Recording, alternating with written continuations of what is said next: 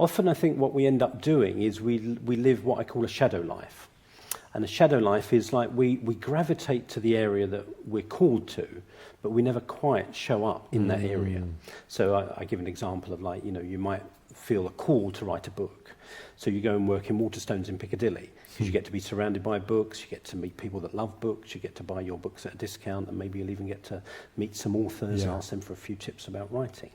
But the bottom line is you never quite write your own book.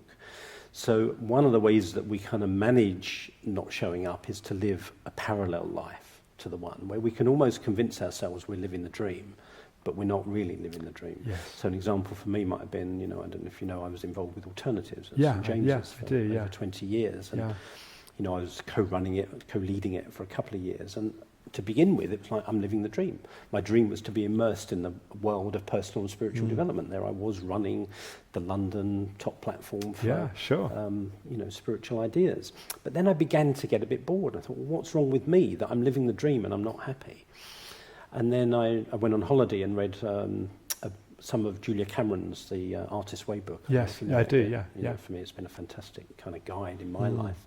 And there was a little section where she just talked about the shadow artist. And she said the shadow artist is the person that gravitates to their creative area, but hides out in it.